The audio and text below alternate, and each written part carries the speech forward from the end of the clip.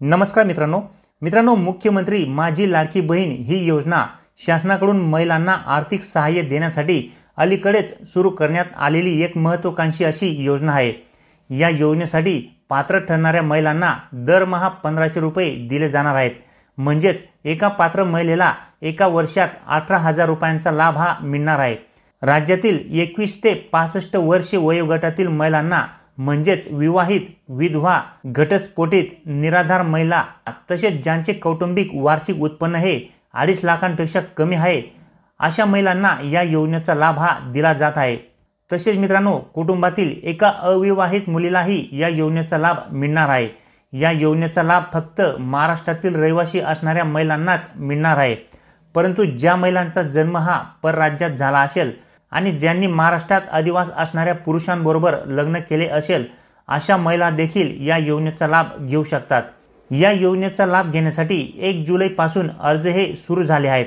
तर आता 30 सप्टेंबर ही अर्ज करण्याची शेवटची तारीख असणार आहे। आणि महत्त्वाचे म्हणजे मित्रांनो, ज्यांनी जुलै आणि ऑगस्ट महिन्यात अर्ज केले होते आणि त्यांचे त्या कालावधीत फॉर्म मंजूर सुद्धा झाले आहेत अशा पात्र महिलांना जुलै आणि ऑगस्ट अशा दोन्ही महिन्यांचे 1500 रुपये प्रमाणे 3000 रुपये हे देण्यात आले आहेत। अशातच मित्रांनो, आता लाडकी बहीण योजनेसंदर्भात एक महत्त्वाची अशी माहिती समोर येत आहे। मिळालेल्या माहितीनुसार या योजनेअंतर्गत बऱ्याचशा अपात्र महिलांनी लाभ घेतल्याचे समोर आले आहे। ज्या महिला या योजनेच्या नियमात बसत नाहीत अशा महिलांनी देखील या योजनेत अर्ज केले आहेत। आणि विशेष म्हणजे मित्रांनो, त्यांना या योजनेच्या 2 महिन्यांचा लाभही मिळालेला आहे।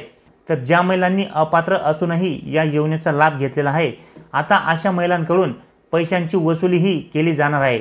ज्या महिलांना आधीच संजय गांधी निराधार योजनेसारख्या सरकारी योजनांचा लाभ हा मिळत आहे आणि अशा महिलांनी जर लाडकी बहीण योजनेचा सुद्धा लाभ घेतलेला असेल तर आता अशा महिलांकडून लाडकी बहीण योजनेचे पैसे हे परत घेतले जाणार आहेत।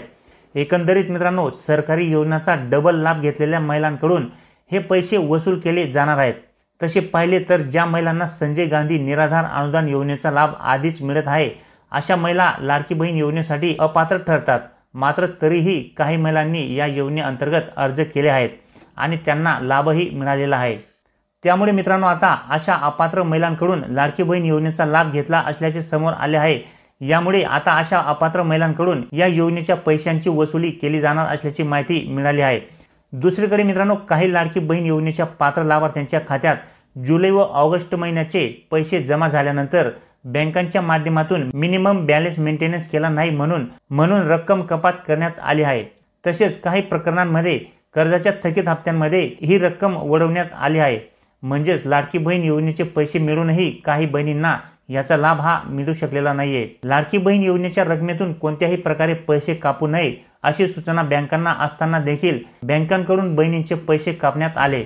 यावर उपाय म्हणून आता महिला व बाल विकास विभागाच्या माध्यमातून थेट RBIलाच पत्र पाठवले जाणार आहे। आता थेट RBIला पत्र पाठवून महिलांचे कापलेले पैसे हे परत करण्याबाबतची विनंती केली जाणार आहे।